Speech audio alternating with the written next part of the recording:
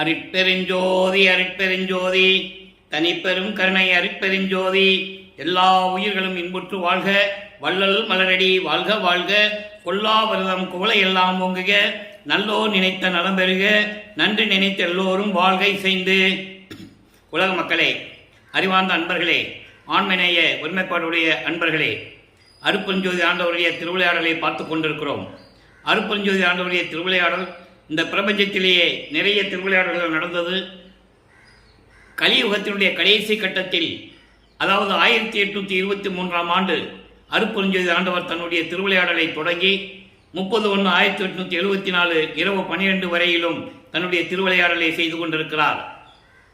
தன்னுடைய மகனை ஒரு தாயின் வழியாக இந்த மண்ணுலைக்கே வருவிக்க செய்து சமரச சுத்த சன்மார்க்கத்தை மகன் கையிலே கொடுத்து செயலாற்றும்படி செய்ய வேண்டும் என்பதற்காக அவர் இந்த திருவிளையாடலை 51 ஆண்டுகள் செய்து கொண்டிருக்கிறார்கள். காரணம், இந்த பிரபஞ்சம் தோன்றிய காலத்திலிருந்தே சமயங்களும் மதங்களும் மார்க்கங்களும் தோன்றி மக்களை வழிபட செய்து விட்டார்கள். இறைவனை பல உருவங்களாக உருவகப்படுத்தி அதற்கு ஏற்றபடி ஆலயங்களை அமைத்து வழிபாட்டு முறைகளை அமைத்து வழிபட செய்து விட்டார்கள். இந்த நிலைகளெல்லாம் மறைந்த பிறகு சமயங்களும் மதங்களும் மார்க்கங்களும் முடிவென்ற நிலையில் உலக மக்களுக்கு ஒரு ஆன்மீக மார்க்கம் தேவை என்பதற்காக சுத்த சன்மார்க்கத்தை நிறுவி அதை தன் மகன் கையில் ஒப்படைப்பதற்காக தனது மகனை இந்த ஒரு தாயின் வழியாக இந்த மண்ணுலைக்கு வருவிக்க செய்து திருவிளையாடல் செய்து கொண்டிருந்தார். அந்த திருவிளையாடலை நாம் பார்த்து கொண்டிருக்கிறோம். 1823ஆம் ஆண்டு தொடங்கிய திருவிளையாடல் 51 ஆண்டுகள் தொடர்கிறது.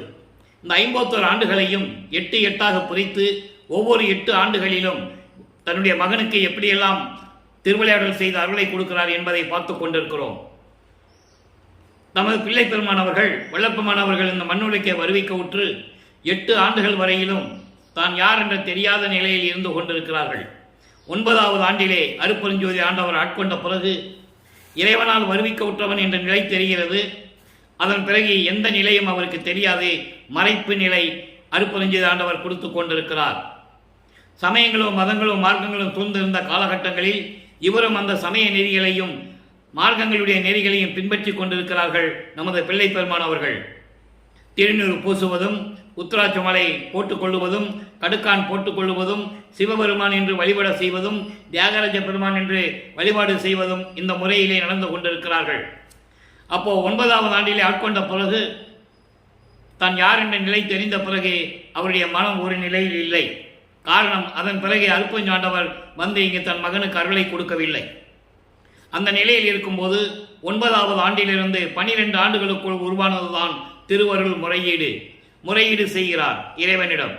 உன்னாலே வருவிக்க உற்றவன் என்ற நிலையை மட்டும் எனக்கு அறிவித்து விட்டு மறைந்து விட்டாயே இறைவா என்று சொல்லி முறையீடு செய்கிறார். அதுதான் திருவருள் முறையீடு. அந்த திருவருள் முறையீடிலே எப்படியெல்லாம் முறையீடு செய்கிறார் என்பதையும் ஒவ்வொரு பாடலிலிருந்தும் ஒவ்வொரு விதமாக நாம் பார்த்து கொண்டிருக்கிறோம். அந்த வகையில் இன்று நாம் பார்க்க வேண்டிய பாடல் 1ஆம் திருமுறை பதிகம் 6 திருவருள் முறையீடு. இந்த பதிகத்துடைய பாடலை பார்த்த பிறகு 2ஆம் திருமுறையிலே பதிகம் 6 எப்படி இறைவனை வேண்டுகிறார், 3ஆம் திருமுறையிலே பதிகம் 6 எப்படி உருவாகிறது என்பதையெல்லாம் நாம் தொடர்ச்சியாக பார்த்து கொண்டிருக்கிறோம். இப்போ இந்த திருவருள் முறையுடைய பாடலை பாருங்க. பாடலை நன்றாக கவனியுங்கள். அதன் பிறகு விளக்கம். எல் இருக்கின்ற தற்கேனும் சிறிது இடமின்றி என்பால் முள் இருக்கின்றது போல் உற்ற துன்பம் உயக்கம் எல்லாம் வெள்ளிருக்கின்றவர் தாமும் கண்டார் எனில் மேகி எந்தன் உள்ளிருக்கின்ற நின் தாளுக்கு ஓதல் எம் உடையவனே. பாடல். இந்த பாடலில் கூறப்பட்ட பொருள், அதாவது இறைவனால் வருவிக்கூற்ற பிறகு அவருக்கு எந்த அருளையும் கிடைக்கவில்லை என்பதையும் இந்த உலக மக்களெல்லாம் எப்படி அவரை பேசுகிறார்கள் என்பதையும் இந்த பாடலிலே நமக்கு தெளிவாக அருளியிருக்கிறார்கள் நமது பிள்ளை பெருமானவர்கள். நல்லா கவனிக்கணும். விளக்கம் பாருங்க. என் உள்ளத்தில் நீ இருப்பதற்கு அளவு கூட சிறிதளம் இடம் இல்லையா கேட்கிற. ஆட்கொண்டு விட்டு சென்று விட்டாய், எந்த அருளையும் கொடுக்கவில்லை. என்னுடைய உள்ளத்தில் நீ இருக்குவதற்கு, நீ தங்கி இருப்பதற்கு ஒரு அளவு கூட இடம் இல்லையா? ஏன் நீ வர்றதில்லை? நீயே சொல். நீ வந்து என் உள்ளத்தில் தங்கி எனக்கு அருளை கொடுப்பதற்கு ஒரு அளவு கூட என் உள்ளத்தில் இடமில்லையா? நீயே சொல்லு. அதனால்தான் முள் குத்தியது போல என்னை சேர்ந்த துன்பம் மயக்கம் எல்லாம் வந்து சேர்ந்தது. நீ இல்லாதனால, நீ அருளை கொடுக்காததனால் முள் குத்துனா எப்படி வலிக்கும், அதுபோல துன்பங்களும் துயரங்களும் என்னை வந்து சேர்ந்து கொண்டிருக்கின்றன. இதை வெளியே இருக்கின்றவர்கள் எல்லாம் இதை பார்த்து கொண்டிருக்கிறார்கள். நல்ல கவனிக்கணும். வெளியே இருக்கின்றவர் யார்? அவரை சுற்றி இருக்கின்றவர்கள், இவர் வருவிக்க விட்டதனால் ஏற்பட்ட சொந்தங்கள், அவங்கெல்லாம் இவரை பார்த்துட்டு இருக்காங்க. என்ன இந்த பையன் இப்படி இருக்கிறான், எதுக்காகன்னு தெரியல அப்படின்னு சொல்லி ஏளனமாக பேசிக் கொண்டிருக்கிறார்கள். வீட்டிற்கு அடங்கவில்லை, வீட்டிற்கு வருவதில்லை, சரியாக உணவு உட்கொள்ளுவதில்லை, எங்கே இருக்கிறான் என்று எங்களுக்கு தெரியவில்லை என்று அதாவது வருவிக்க விட்டதனால் ஏற்பட்ட சொந்தங்கள் கூட இருந்தவர்கள்லாம் சொல்லிட்டு இருக்காங்க. இவர் இறைவனால் வருவிக்க விட்டவன் என்ற நிலை வெளியே யாருக்கும் சொல்ல முடியாது, சொல்லவும் கூடாது, காலத்தின் கட்டாயம். அப்ப இப்படியெல்லாம் இருக்கின்ற போது இதை வெளியே இருக்கின்றவர்கள் எல்லாம் இதை பார்த்து ஏளனமாக பார்த்து கொண்டிருக்கிறார்கள். நான் துன்பப்படுவதை உன்னை அடைந்து என்னுடைய உள்ளத்தில் இருக்கின்ற உனது திருவடிகளுக்கு சொல்லி விண்ணப்பம் செய்வது எதற்காக நான் விண்ணப்பம் செஞ்சிட்டு இருக்கேன், முறையீடு செய்து கொண்டிருக்கிறேன். என்னை ஆட்கொண்ட இறைவனே விரைவில் வந்து அருள்வாயாக என்று சொல்லி இந்த பாடலை நமக்கு அள்ளியிருக்கிறார்கள். ஆக வருவிக்கப்பட்ட 9வது ஆண்டிலிருந்து 12 ஆண்டுகளுக்குள் இந்த நிலை தொடர்கிறது நமது பிள்ளை பெருமான் அவர்களுக்கு. அதன் பிறகு 13வது ஆண்டு தொடங்குகிறது. 13வது ஆண்டு தொடங்கிய உடனே இவர் திருவெற்றியூர் சொல்லுகிறார். நல்லா கவனிக்கணும். அதாவது 16 ஆண்டுகளுக்குள், ஈரட்ட 16 வருவிக்கவுற்று 16 ஆண்டுகளுக்குள் என்ன நடந்தது? திருவெற்றியூருக்கு போன உடனே அங்கே இறைவனை பார்த்து என்ன முறையீடு செய்கிறார்? பதிகம் 6 திருவருள் வழக்க விளக்கம் 9வது பாடல். திருவருள் வழக்க விளக்கம் என்பது ஏற்கனவே இந்த பிரபஞ்சத்தில் இறைவனுடைய திருவிளையாடலை சொல்லுவது. ஒவ்வொரு பாடலிலும் ஒவ்வொரு திருவிளையாடலை கூறுகிறார். நம்ம ஏற்கனவே பார்த்து விட்டோம். சமயக்குறவர்கள் 4 பேருக்கு எப்படி பண்ணாரு, தரணிக்கு எப்படி அருள் கொடுத்தாரு, எப்படி திருவிளையாடல் செஞ்சாரு, இப்படியெல்லாம் நம்ம பார்த்தோம். இன்னைக்கு என்ன சொல்றாரு? பிரபஞ்சத்தில் நடந்த ஒரு உண்மையை சொல்லி அப்படிப்பட்ட கடவுள் தான் என்னுடைய கடவுள்னு சொல்றாரு. வேற ஒன்றும் இல்லை. அதான் திருவருள் வழக்க விளக்கம். நடைமுறையில் நடந்தது, பிரபஞ்சத்தில் நடந்த திருவிளையாடல். நல்லா கவனிங்க. மால் எடுத்து ஓங்கிய மால் அயன், மால் எடுத்து ஓங்கிய மால் அயன் வானவரும் ஆள் எடுத்து ஓங்கிய அந்தனனே என்று அடைந்து 2 பால் எடுத்து ஏத்த. எல்லாருமே சேர்ந்து வணங்குறாங்க இறைவனை. எப்படி வணங்குறாங்கன்னு தான் விளக்கம், அது சொல்றேன். ஏத்த நம் பார்ப்பதை காண பகர்சை மன்றில் காலெடுத்து ஆடும் கருத்தர் கண்டீர் எம் கடவுளரே. அப்படிப்பட்ட இறைவன் தான் என்னுடைய கடவுள்னு சொல்றார். விளக்கம் பாருங்க அன்பர்களை. இதை பார்ப்பதற்கு முன்னால் ஒரு சிறிய விளக்கம். வல்லப்பெருமான் அவர்கள் சமயங்களிலும் மதங்களிலும் மார்க்கங்களில் பின்பற்றி கொண்டிருக்கும் போது இறைவனை சிவபெருமான் என்று சொல்லுவார், தியாகராஜ பெருமான் என்று சொல்லுவார், மாசிலாமணி என்று சொல்லுவார், திருவள்ளித்தாயத்தில் இருக்கின்ற பிச்சாண்டி என்று சொல்லுவார். இப்படி பல பெயர்களை அழைத்துக் கொண்டிருப்பார். காரணம், அந்த நிலையில் அந்த பருவ காலத்தில் அவர் அப்படிதான் சொல்லி ஆக வேண்டும். வேற எதுவுமே அவருக்கு தெரியாது. அப்போ சமயங்களும் மதங்களும் மார்க்கங்களும் சொன்ன இறைவன் பெயர்களை இவரும் சொல்லிக் கொண்டிருக்கிறார். இவர் தான் என்னுடைய கடவுள் என்று சொல்லுகிறார். சுத்த சன்மார்க்கத்தை பெற்ற பிறகு அருப்பஞ்சோதி தான் கடவுள், பிரபஞ்சத்தில் தோன்றிய ஆதிய மந்தமில்லா தோன்றிய ஒரே கடவுள், இந்த கடவுள் பெயரை உலக பிரபஞ்சத்திலே மறைத்து விட்டார்கள் என்று சொல்லுவார். நல்லா கவனிக்கணும். இப்போ இந்த பாட்டுடைய பொருள் பாருங்க.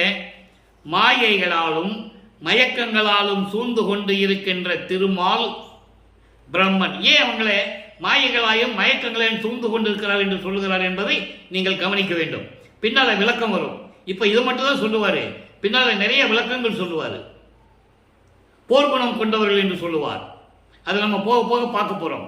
இப்ப மாயைகளாலும் மயக்கத்தினாலும் சூழ்ந்து கொண்டிருக்கின்ற திருமால் பிரம்மன் போன்ற பதத்தலைவர்களும் தேவர்கள் அனைவரும் கல்லால் ஆன ஆலமரத்தின் கீழ் நின்று கொண்டு அடியில் அமர்ந்து கொண்டு அருள் உபதேசம் செய்த இறைவனே என்று சொல்லி வணங்குகிறார்கள். அப்போ கல்லாலான ஆலமரத்தின் அடியில் நின்று உபதேசம் பண்ணதை நம்ம ஏற்கனவே பார்த்து விட்டோம். சனந்தர், சனாதனர், சனந்தலர், சனந்த குமாரர்கள் என்று 4 பேருக்கு உபதேசம் செய்ததை பார்த்து விட்டோம். அதுபோன்று ஒரு பாண்டிய மன்னன் கல்லாலான யானைக்கு கரும்பு தின்ன கொடுத்தது அந்த அந்த திருவிளையாடலையும் நாம் பார்த்து விட்டோம். அப்படி இவங்கெல்லாம் மாணவர்களும் தேவர்களும் திருமால் பிரம்மன் முதல் எத்தனை பேர் நீங்க வந்து கல்லாலான ஆலமரத்தின் கீழ் நின்று கொண்டு அருள் செய்த இறைவனே என்று சொல்லி வணங்குகிறார்கள். போற்றி வணங்க நாம் பார்ப்பதெல்லாம் உண்மையா என்று சொல்லிக் கொண்டிருக்க அம்பலத்திலே தனது திருவடிகளால் நடனமாடும் இறைவனை தெரிந்து கொள்ளுங்கள். அப்படிப்பட்ட இறைவன் தான் என்னுடைய இறைவன் என்று சொல்லி இந்த பாடலை நமக்கு அருளியிருக்கிறார்கள். அன்பர்களே, இறைவனுடைய திருவிளையாடலை சொல்லும்போது 1ஆம் திருமுறையிலிருந்து 2ஆம் திருமுறை, 3ஆம் திருமுறை, 4ஆம் திருமுறை, 6ஆம் திருமுறை, 5ஆம் திருமுறை அது வேண்டாம், இப்போ தற்சமயத்துக்கு அது தேவையில்லை. ஏன்னால் அது பதத்தலைவர்களும் தத்துவங்களையும் பற்றி பாடியது. அதுக்கு ஒன்றும் திருவிளையாடல், இறைவனுடைய திருவிளையாடலாம் அங்கே கிடையாது. ஆக இப்படிப்பட்ட நிலையில் இத்தனை திருமுறைகளிலும் இருக்கின்ற பாடலுடைய விளக்கத்தை சொன்னால்தான் இறைவனுடைய திருவிளையாடல் எப்படி நடந்தது என்று புரியும். இதை கதை மாதிரி சொல்ல முடியாது, கற்பனையாகவும் சொல்ல முடியாது, வேணுமென்னு சொல்ல முடியாது. பாட்டை சொல்லி அந்த பாட்டில் இருக்கிற உண்மைகளை மக்களுக்கு தெரியப்படுத்த வேண்டும். அது மட்டுமல்லாமல் வல்லப்பெருமானவர்கள் அந்த காலகட்டங்களில் எப்படியெல்லாம் இருந்து கொண்டிருந்தார், இறைவன் மகனாக இருந்து இந்த மண்ணின் தாயின் வழியாக வருவிக்க உற்று எப்படியெல்லாம் தன் மகனை ஆட்டி படைக்கிறார், திருவிளையாடல் செய்கிறார் என்பதை நீங்கள் புரிந்து கொள்ள வேண்டும். காரணம், சமயங்களும் மதங்களும் மார்க்கங்களும் இருந்த பற்றுகளை வைத்துக்கொண்டு பின்பு இதை பொய் என்று சொல்ல வேண்டும். அதை தான் நம்ம பார்த்துட்டு இருக்கோம். நல்லா கவனிச்சுட்டே வரணும். இப்போ 2 திருமுறை முடிஞ்சிடுச்சு, 3ஆம் திருமுறை உருவாகிறது. 3ஆம் திருமுறை உருவாகும் போது வல்லப்பெருமான் அவர்கள் இந்த மண்ணுலைக்கு வருவிக்க உற்று 24 ஆண்டுகள் ஆகிறது. 3வது எட்டில் இருந்து கொண்டிருக்கிறார். 24 ஆண்டுகள் வருவிக்க உற்று 24 ஆண்டுகள் ஆகிறது. இப்போ இந்த நிலை எப்படி நடக்கிறது? 3ஆம் திருமுறை பாருங்க, இன்பக் கிளவி என்ற ஒரு பதிகம், அதில் 9வது பாடல். இன்பக் கிளவி என்பது இறைவன் தன்னை ஆட்கொண்டு சென்ற பிறகு மறுபடியும் தன்னை வந்து சேரவில்லை என்ற நிலையை கூறுவது மட்டுமல்லாமல் இறைவனை போற்றி இன்பமாக சொல்லுவது, தோழியிடம் சொல்லுவது. காதலி காதலனை பார்க்க முடியாமல் எப்படி இருக்கிறாளோ, எந்த மனநிலையில் இருக்கிறாளோ, அந்த காதலன் எப்படிப்பட்டவன் என்ற நிலையை தோழியிடம் சொல்லுவது போல இந்த பாடலை நமக்கு அருளி இருக்கிறார்கள். அதை நாம் பார்த்து கொண்டிருக்கிறோம். பாடலை நல்லா கவனிங்க. உள்ளத்தே இருந்தார் திருவற்றியூரில் இருந்தார், ஒவ்வொரு விடத்தை களத்தை வதிந்தார், அவர் எந்தன் கண்ணுக்குள் வதிந்தார், கடல் அமுதான் இலத்தே மொழியாய் ஆதலினால் இணையேன், இமைத்தல் இயல்வன்றே, வளத்தே மனத்தும் புகின்றால் வருந்தேன் சற்றும் வருந்தேனே. இது பாடல் தோழியிடம் சொல்லுவது போல. ஏனென்றால் காதலை ஒரு பெண் ஒரு தோழியிடம், தன்னுடைய தோழியிடம் தான் சொல்ல முடியும். அந்த நிலையில் தன்னுடைய மனநிலையை உலக மக்களுக்கு சொல்லிக் கொண்டிருக்கிறார் வல்லப்பெருமான் அவர்கள். அதை நீங்க நல்லா புரிஞ்சுக்கணும். இப்ப பாருங்க, விளக்கம் பாருங்க. என் உள்ளத்தில் இருந்தார், 9வது ஆண்டில் ஆட்கொண்ட பிறகு என் உள்ளத்தில் குடிகொண்டிருந்தார். அதன் பிறகு என்னை விட்டு விலகி சென்று விட்டார். திருவொற்றியூரில் இருந்தார், கடலில் உண்டான விஷத்தை உண்டு கழுத்திலே நிறுத்தினார். இது ஒரு திருவிளையாடலை கூறுகிறார். பிரபஞ்சத்தில் இறைவனுடைய திருவிளையாடல் எப்படியெல்லாம் நடந்தது என்பதை கூறிக்கொண்டிருக்கிறார். அந்த காலகட்டத்தில் சிவபெருமான் என்று சொல்லிக் கொண்டிருக்கிறார். நீங்க நல்லா புரிஞ்சுக்கணும். சிவபெருமான் என்று சொல்லிக் கொண்டிருக்கிறார். அந்த நிலையில் அந்த பருவ காலத்தில் அவருக்கு அருட்பெருஞ்சோதி ஆண்டவர் தெரியாது, சுத்த சன்மார்க்கத்தை பற்றியும் தெரியாது. அதனாலதான் அப்படி சொல்லிட்டு இருக்கார் என்பதை நீங்க புரிஞ்சுக்கணும்.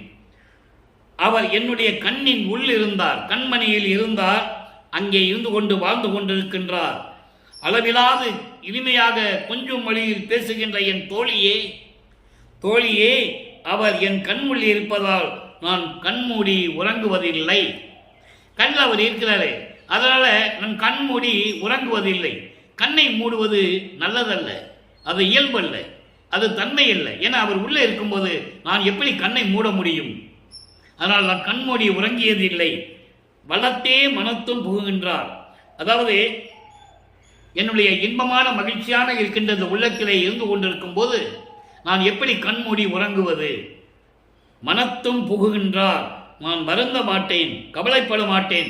எப்படியும் அவர் என்னோடு என் உள்ளத்தில் இருக்கப் போகின்றவர், கண்டிப்பாக வருவார் என்ற உறுதியோடு இந்த பாடலை நமக்கு அருளியிருக்கிறார்கள். ஆக நிலைகள் மாறுகிறது. 1ஆம் திருமுறையும் 2ஆம் திருமுறையிலையும் சொன்ன அந்த நிலைகள் எல்லாம் 3ஆம் திருமுறையிலே மாறுகிறது. இப்போ 4ஆம் திருமுறை உருவாகிறது.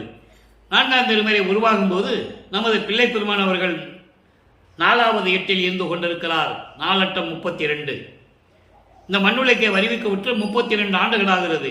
அப்போ அன்பு மாலை என்ற பதிகம் உருவாகிறது.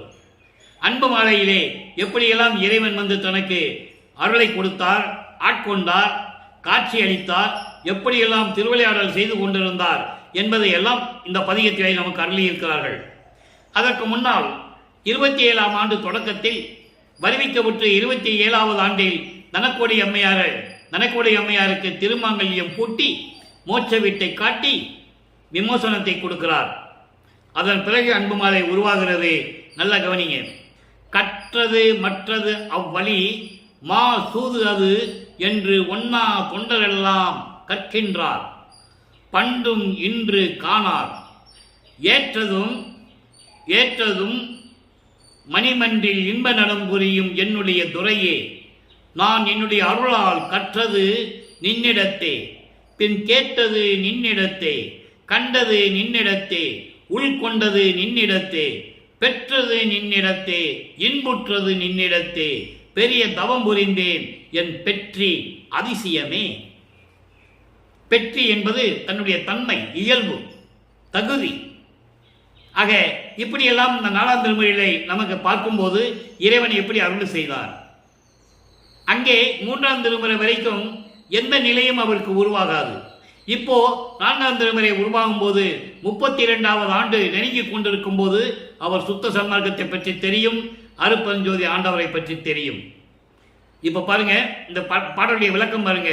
கற்று தெரிந்து கொண்டதெல்லாம் பெரிய சூழ்ச்சியான நெறிகள் என்று நினைக்காத தொண்டர்கள் எல்லாம் முன்னாளிலும், அதாவது அடியார்கள் முனிவர்கள் எல்லாருமே முன்னாளிலும் சென்ற யுகங்களிலும் இந்த நாளிலும் சரியான வழி நெறிமுறைகளை தெரிந்து கொள்ளவில்லை. ஆக இது என்ன சொல்றாருன்னா, ஏற்கனவே இந்த பிரபஞ்சம் தோன்றிய 4 யுகங்களிலுமே, கிரேத யுகம், திரேத யுகம், துவார யுகம், கலியுகம், இந்த 4 யுகங்களிலுமே சுத்த சன்மார்க்கத்தை பற்றி தெரியாது, சமயங்களிலும் மதங்களிலும் மார்க்கங்களில் பற்ற நெறிமுறைகளை கற்றுக்கொண்டு இதுதான் உண்மையான வழி என்று தெரிந்து கொண்டிருந்தார்கள். அந்த வழிகளை பின்பற்றி கொண்டிருந்தார்கள். ஆனால் உண்மையான வழி நெறிமுறைகளை அவரால் தெரிந்து கொள்ள முடியவில்லை. அதான் சொல்லுவாரே, இறைவனையும் பார்க்க முடியவில்லை என்று சொல்லுவார். கற்பங்கள் பல கோடி செல்ல தீய கனல் நெடு ஊசி மேல் காலை ஊன்றி நிற்பவருக்கும் ஒழித்து, ஊனின்றி உறக்கமின்றி பொற்புறமை உணவின்றி உறக்கமின்றி புலந்து எலும்பு புலப்பட 50 ஓம்பி நிற்பவருக்கு ஒழித்து, நீ முனிவருக்கு ஒழித்து, அமரருக்கு ஒழித்து, இப்படியெல்லாம் சொல்லுவார். அப்படி இந்து கூட அவர்களால் இறைவனை பார்க்க முடியவில்லை. காரணம், சரியான வழி நெறிமுறைகளை அவர்கள் பின்பற்றதனால் இந்த நெறிமுறைகள் எல்லாம் அவளுக்கு தெரியவில்லை என்று கூறுகிறார். அதன் பிறகு நான் உன்னுடைய அருளால் உன்னிடத்தில் நான் கற்றுக்கொண்டேன், சாகா கல்வியை கற்றுக்கொண்டேன். அதான் குறிப்பிட்டு சொல்லுவாரு. சாகா கல்வி என்றதை பின்னால் சுத்த சன்மார்க்கம் வரும்போது சொல்லுவாரு. நான் முன்கூட்டியே உங்களுக்கு சொல்றேன், நீங்க நல்லா மைண்ட்ல வச்சுக்கணும், மனசுல வச்சுக்கணும்.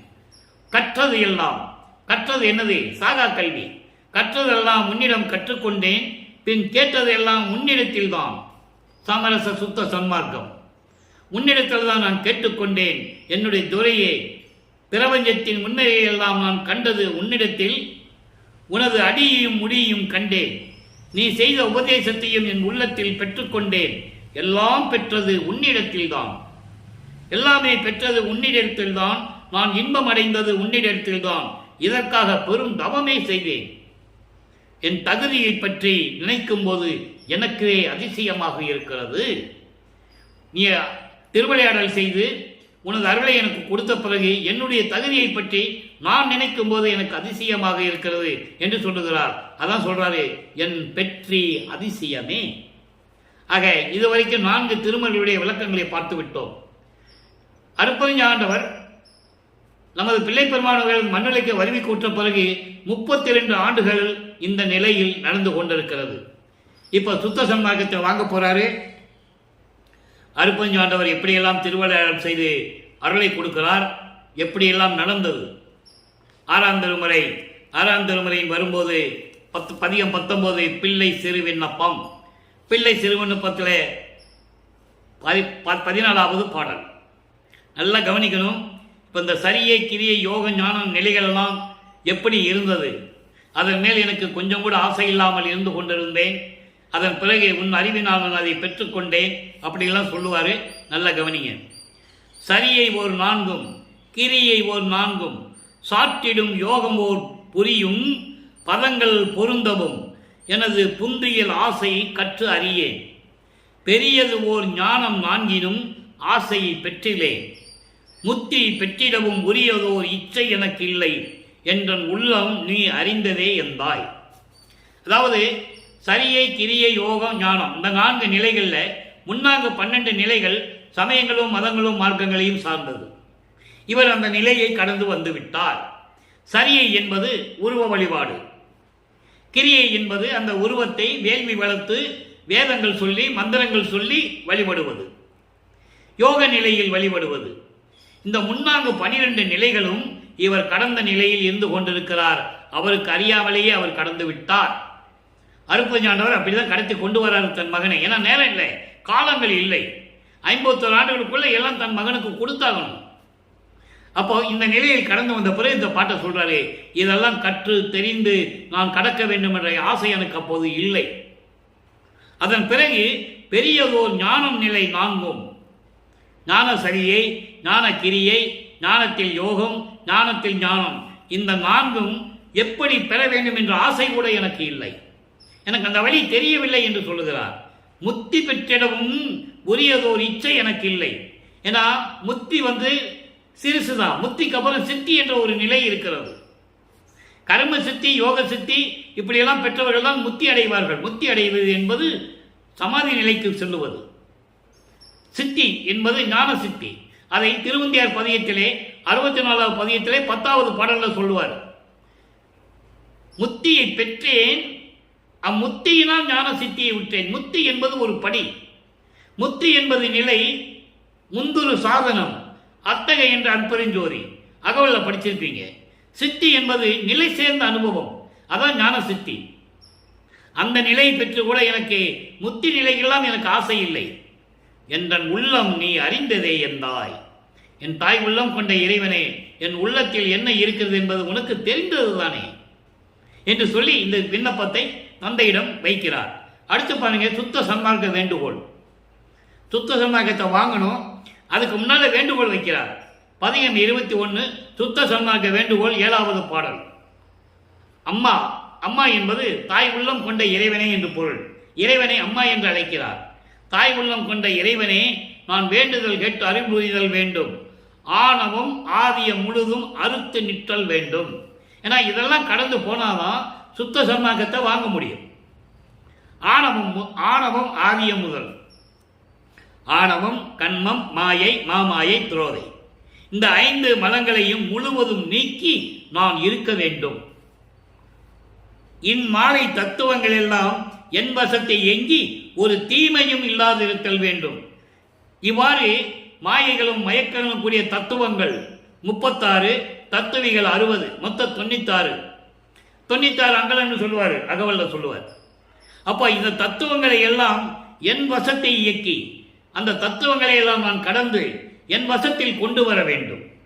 அதான் அருப்பஞ்சது அட்டகத்தில் சொல்லுவார், தத்துவங்கள் அனைத்தையும் தனித்தனியாக கடந்தேன், தத்துவாதீத நிலையில் சித்தியல் முழுதும் தெரிந்தேன், அவை அதையும் கடந்து நான் சிவநிலை தெரிந்திட சென்றேன் என்று சொல்லுவார்.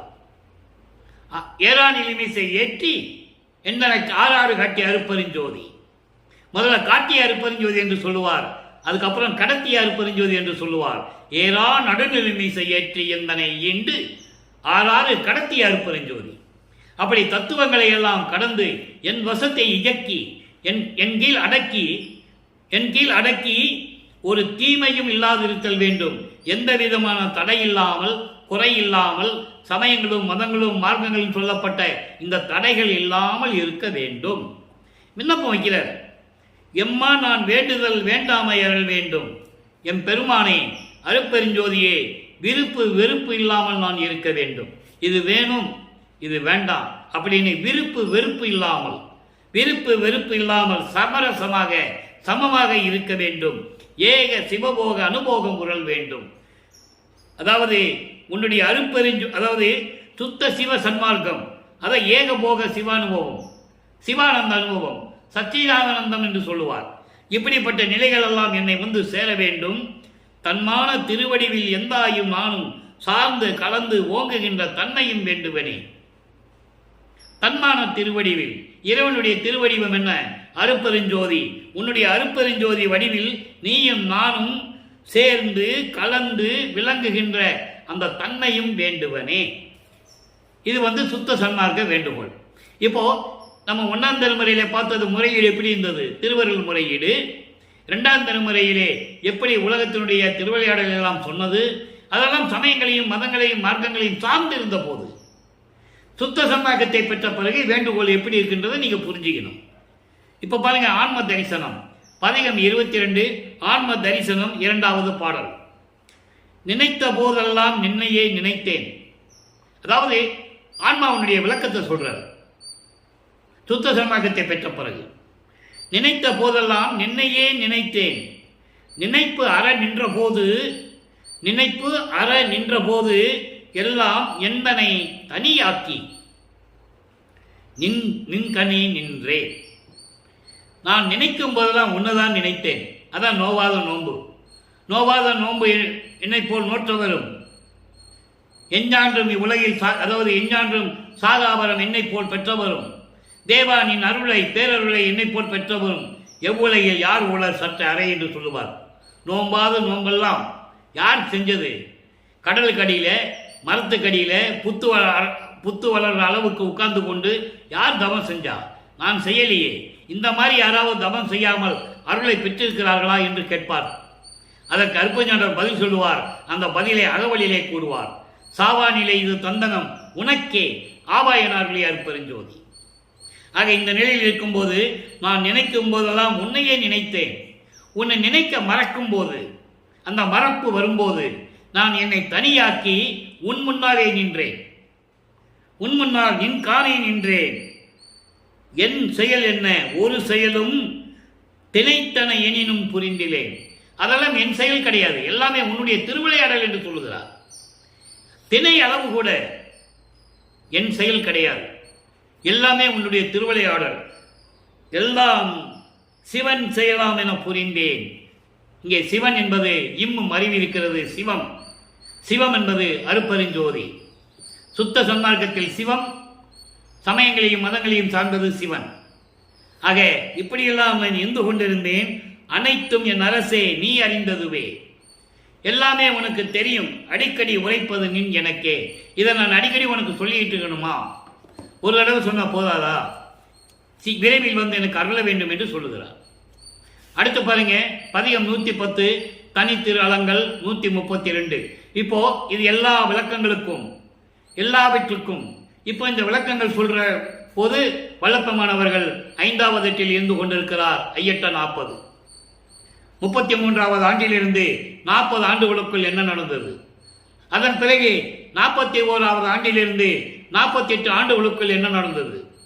கடைசியில் 3 வருஷம் தான் கிளைமேக்ஸ், சித்தி வளாகத்தில் நடந்தது. அதெல்லாம் நம்ம பின்னால பார்க்க போறோம். இப்போ தனித்திராளங்கள்ல என்ன சொல்றாரு? புள்ளிய நெறிக்கே இழுத்து, நல்லா கவனிக்கணும், புள்ளிய நெறிக்கே இழுத்து என்னை அழைத்த பொய்மன மாயையை கனத்தே மெல்லியதாக்கி தடுத்து என்னை ஆண்ட மெய்யா. மெய்யா என்றால் அருட்பெருஞ்சோதி, இயற்கை உண்மை விளக்க கடவுள். அதுக்கு பேர் தான் மெய்யான்னு சொல்றாரு. இயற்கை உண்மை விளக்க கடவுளாகிய அருட்பெருஞ்சோதி என்று சொல்லுகிறார். இப்ப இந்த 4 வரிக்கு விளக்கம் பாருங்க. புள்ளிய நெறிக்கே இழுத்து, சமயங்களும் மதங்களும் மார்க்கங்களுடைய நெறியலுக்கு இழுத்து என்னை அழைத்த என்பது துன்புறுத்திய, என்னை கஷ்டப்படுத்திய துன்புறுத்திய பொய்மன மாயையை, பொய்யான இந்த மனத்தில் இருக்கின்ற மாயைகள் எல்லாம் ஒரு நெடியிலே மெல்லியதாக்கி என்றால் ஒண்ணுமில்லாமாக்கி, அழித்து ஒண்ணுமில்லாமாக்கி, தடைகளை எல்லாம் நீக்கி, சமயங்களும் மதங்களும் மார்க்கங்கள் தான் சுத்த சன்மார்க்கத்தின் தடைகள் என்று சொல்லுவார். எல்லாமுடைய அருப்பெருஞ்சோதி அற்புத கடவுளே, இது தொடங்கி எக்காலத்தும் சுத்த சன்மார்க்கத்தின் முக்கிய தடைகளாகிய சமயங்கள், மதங்கள், மார்க்கங்கள் என்பவற்றின் ஆசார சங்கற்ப விகற்பங்களும், வருணம், ஆசிரமம் முதலிய உலகச்சார சங்கற்ப விகற்பங்களும் எங்கள் மனதில் பற்றாவண்ணம் அருள் செய்தல் வேண்டும். சுத்த சன்மார்க்கத்தின் முக்கிய லட்சியமாகிய ஆண்மநேய ஒருமைப்பாட்டுரிமை எங்களுக்குள் எக்காலத்தும் எவ்விடத்தும் எவ்விதத்தும் எவ்வளவும் குறையாமல் நிறைந்து விளங்க செய்வித்தருளல் வேண்டும். அதுதாங்க சொல்றாரே, எல்லா தடைகளையும் நீக்கி என்னை ஆட்கொண்ட அருப்பெருஞ்சோதி ஆண்டவரே, நின் கருணை என் புகழுவேன். உன் கருணையை நான் எப்படி சொல்லுவேன்? வள்ளி என் அம்மை மகிழ, இந்த இடத்துல சொல்வார், வள்ளி என் அம்மை மகிழ, எனது அம்மை சிவகாமி வள்ளி மகிழ மன்று ஓங்கும் வள்ளலே. திருச்சிற்றம்பலத்திலே விளங்கிக் கொண்டிருக்கின்ற எனது இறைவனே, மறைகள் ஆகமங்கள் சொல்லிய பதியே. மறைகளும் ஆகமங்களும், மறைகள் என்பது வேதங்கள், 4 வேதங்கள், ரிக் வேதம், யசுர் வேதம், சாம வேதம், அதர்வன வேதம். ஆகமங்கள் 28 நூல்கள். இப்படி வேதங்களும் ஆகமங்களும் வணங்கக்கூடிய இறைவனே, மிக தயாநிதியே, தொண்டனேன் உயிருக்கு மெய்த்துணையே. தொண்டனேன் இருக்கு மெய்த்துணையே. இந்த தொண்டனுக்கு இருக்கின்ற உண்மையான உயிருக்கு துணையான இறைவனை என்று சொல்லுகிறார். அப்ப இறைவனுடைய திருவிளையாடலையும் தன்னை ஆட்கொண்டதையும் சமயங்களிலும் மதங்களிலும் மார்க்கமிருந்து நீக்கப்பட்டதையும் தெளிவாக இந்த பாடலிலே நமக்கு அருளியிருக்கிறார்கள் என்பதை நீங்கள் புரிந்து கொள்ள வேண்டும்.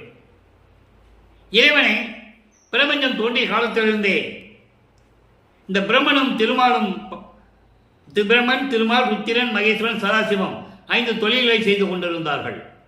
இந்த 5 தொழில்களும் முடியக்கூடிய அந்த காலகட்டத்தில் தான் வல்லப்பெருமான் அவர்கள் இந்த மண்ணுலைக்கு வருவிக்க உற்று இந்த நிலைகளை மேற்கொண்டு கொண்டிருக்கிறார் என்பதை நீங்கள் புரிந்து கொள்ள வேண்டும். அடுத்து பதிகம் 112 மெய்யரல் வியப்பு. நல்ல கவனிங்க, மெய்யரல் வியப்பில் 61வது பாடல். 61வது பாடல் நல்லா கவனிக்கணும். இறைவன் இருக்கின்ற அருளை பெற்ற பிறகு அந்த அருள் எப்படி வியப்பாக இருந்தது, அதான் மெய்யருள் வியப்பு. அருளும் பொருளும் பெற்றேன் அடியனாகி நானுமே, அஞ்சேன் மாயை வினைகளுக்கு சிற்றளவுதேனினுமே, இருளும் நிறத்து கூற்றை துரத்தி அருள் சிற்றோதியே எந்தன் அகத்தும் புறத்தும் விளங்குகின்ற வாதியே. இது பாடல். இந்த பாடலில் பொருள் பாருங்க, அருளும் பொருளும் பெற்றேன். உன்னுடைய அருளையும், பொருள் என்றால் அருள் செல்வங்கள், இவற்றையெல்லாம் நான் பெற்றுக்கொண்டு அடியனாகி, இதை இன்னொரு பாடலிலே சொல்லுவார், அடியனாக்கி பிள்ளையாக்கி நேயனாக்கியே, அடிகளாக்கி கொண்டாய் என்னை அவலம் நீக்கியே, படியுள்ளோரும் வானுள்ளோரும் இதை நோக்கியே, ஓலவாரான் என்பான் பரிவு கேக்கியே. முதல்ல அடியனாக்கி கொண்டாய், அதன் பிறகு என்னை பிள்ளையாக்கி வளர்த்து இந்த மண்ணுலைக்கு ஒரு தாயின் வழியாக வருவிக்க செய்து உயிரினங்களுக்கு நண்பனாக்கினாய், உயிர் நண்பனாக்கினாய். அடிகளாக்கி கொண்டாய் என்னை அவலம் நீக்கியே, என்னோடு 2 கலந்து கொண்டாய் அவலம் நீக்கியே. அவலம் என்பது பிறப்பு இறப்பு என்ற துன்பத்தை நீக்கி, பிறப்பு இறப்பு என்பது 7 நிலைகளிலே கூறுவார் வளர்ப்பமானவர்கள். அகவலிலே உண்டு ஊர்வன, பரப்பன, உருவன, நடப்பன. இது 4ம் இல்லாமல் தேவர்கள், அசுரர்கள், மனிதர்கள், இந்த 4, 3, 7, இந்த 7 வகையான பிறப்பு இறப்புகளிலிருந்து என்னை நீக்கிவிட்டாய் என்று சொல்லுவார். இதையே ஒரு பாடலிலே சொல்லுவார், 7 உலக அவத்தை விட்டு நீங்கினேன் என்று சொல்லுவார். இந்த 7 வகையையும், ஊர்ந்து செல்லக்கூடிய பிராணிகள், நடந்து செல்லக்கூடிய பிராணிகள், பறந்து செல்லக்கூடிய பிராணிகள், உருவன என்பது தாவரங்கள். இப்படி 7 வகையான 7 உலக அவத்தை விட்டு நீங்கினேன், அதற்கு ஊழிதொரு ஒளியும் உயிர் அழைத்து ஓங்கினன். வல்லப்பமானவர்கள் ஒவ்வொரு யுகத்திலையும் இருந்தவர் என்பதை நீங்கள் புரிந்து கொள்ள வேண்டும். அப்படிப்பட்ட நிலையில் இருந்து கொண்டு என்னை அடியனாக்கி நானுமே இனிமே அஞ்ச மாட்டேன், மாயை வினைகளுக்கு சிறிதளவு கூட இனிமேல் நான் அஞ்ச மாட்டேன். இறைவனுடைய எல்லாரையும் நான் பெற்றுக்கொண்டேன், இறைவனுடைய அருள் செல்வங்களை எல்லாம் நான் பெற்றுக்கொண்டேன் என்று சொல்லுகிறார். அடுத்து பாருங்க, இருளும் நிறத்து கூற்றை துரத்தி.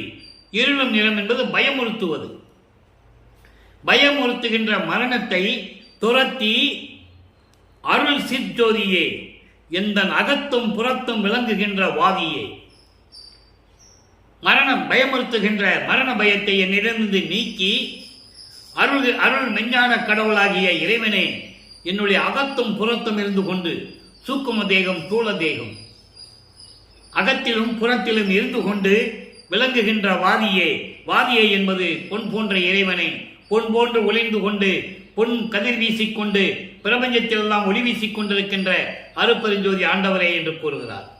ஆக இறைவனுடைய திருவிளையாடலையும் அவர் பெற்ற அருளையும் சமயங்களிலும் மதங்களிலும் மார்க்கங்களில் இருக்கும்போது எப்படி இருந்தார் என்பதையும், அதன் பிறகு சுத்த சன்மார்க்கத்துடைய முக்கிய தடைகளாகிய சமயங்களையும் மதங்களையும் மார்க்கங்களில் சொல்லப்பட்ட நெறிமுறைகளை கைவிட வேண்டும் என்றும் தெளிவாக நமக்கு அருளியிருக்கிறார்கள் வல்லப்பம்மன் அவர்கள். இறுதியாக ஒரே ஒரு விளக்கம். பதிகம் 115 அம்பலவாணர் ஆடவருகை. அம்பலவாணர் ஆடவருகை என்பது தன்னோடு கலந்து கொள்ள வேண்டும், தன்னை ஆட்கொண்டு தன்னோடு இரண்டரை கலந்து கொள்ள வேண்டும், அதற்காக வர வேண்டும் என்று ஒரு பதிகத்திலே நமக்கு அருளியிருக்கிறார்கள். அதில் இரண்டாவது பாடல். திருவாளர் போற்ற என்னோடு ஆடவாரீர், திருவனையார் வாழ்த்த இங்கே என்னோடு ஆடவாரீர், பெரு வாய்மை பெருந்தகையீர் ஆடவாரீர், பேராசை பொங்குகின்றேன் ஆடவாரீர், உருவாகி ஓங்குகின்றீர் உத்தமரே இது தருணம் ஆடவாரீர், இருவானர் ஏத்த நின்றீர் ஆடவாரீர், என்னுடைய நாயகரே என்னோடு ஆடவாரீர். இது பாடல். பாடல் எளிமையா இருக்கும், விளக்கம் பாருங்க, மிகவும் அற்புதமான விளக்கங்கள்லாம் இந்த பாட்டில் இருக்கு. திருவாளர் போற்ற என்னோடு ஆடவாரீர். திருவாளர்கள் என்பது அடியார்கள், சுத்த சன்மார்க்கத்தை சேர்ந்தவர்கள். சுத்த சன்மார்க்கத்தை சேர்ந்து போற்றக்கூடிய இறைவனே என்னோடு ஆடவாரீர். ஆடவாரீர் என்பது என்னோடு கலந்து கொண்டு திருவிளையாடல் செய்ய வேண்டும் என்று கூறுகிறார். திருவனையார் வாழ்த்த இங்கே மண்ணுலகிலே, இங்கே என்பது மண்ணுலகிலே, தேவர்களெல்லாம் வாழ்த்த இந்த மண்ணுலகிலே என்னோடு சேர்ந்து ஆடவாரீர், பெருவாய்மை பெருந்தகையீர், இயற்கை உண்மை தனிபதியாக விளங்கிக் கொண்டிருக்கின்ற அருட்பெருஞ்சோதி ஆண்டவரே என்னோடு ஆடவாரீர், என்னோடு கலந்து கொண்டு எனக்கு எல்லாரையும் கொடுக்க இங்கே வர வேண்டும் என்று கூறுகிறார். பேராசை பொங்குகின்றேன், அளவற்ற உன் மீது காதல் கொண்டு உள்ளேன், என் மனம் உள்ளம் பொங்கி வலிந்து கொண்டிருக்கிறது, என்னோடு சேர்ந்த ஆடவாரீர். உருவாகி ஓங்கி நின்றி, உருவாகி என்றால் அருட்பெருஞ்சோதி வடிவிலே ஓங்கி நின்று இந்த திருவிளையாடலை செய்து கொண்டு எனக்கு இந்த மண்ணுலகிற்கே வருவிக்க செய்து எல்லாரையும் கொடுத்த இறைவனை என்னோடு சேர்ந்த ஆடவாரீர், உத்தமரே இது தருணம், இதுதான் நல்ல தருணம், உத்தமரே என்னோடு சேர்ந்து ஆடவாரீர். இருவானர் ஏத்த, இருவானர் என்பது பிரமனும் திருமாலும். ஏனென்றால் இங்கே ஏன் இருவானர் பிரமனையும் திருமாலை சொல்கிறார் என்றால், அவர்கள்தான் அடிய முடியை பார்க்காமல் புலம்பிக் கொண்டிருக்கின்றவர்கள். பூத்திடும் அவனும் காத்திடும் அவனும் புல் விலங்கோடு உருக்கோடி நேடியும் ஏற்றிடும் முடியும் கூத்திடும் அடியும் இன்னும் காண்கிறீர் என்று சொல்லுவார். இறைவனை உருகி உருகி வணங்கிக் கொண்டிருக்கின்றார்கள். பிரம்மனும் திருமாலும் வணங்கக்கூடிய இறைவனை நீங்கள் என்னோடு சேர்ந்து ஆடவாரி, என்னோடு இரண்டரை கலந்து நீங்கள் இருக்க வேண்டும் என்ற நிலையை இந்த பாடலில் நமக்கு அருளியிருக்கிறார்கள். அன்பர்களே, இன்று பார்த்த பாடலுடைய விளக்கம் மிகவும் எளிமையானது.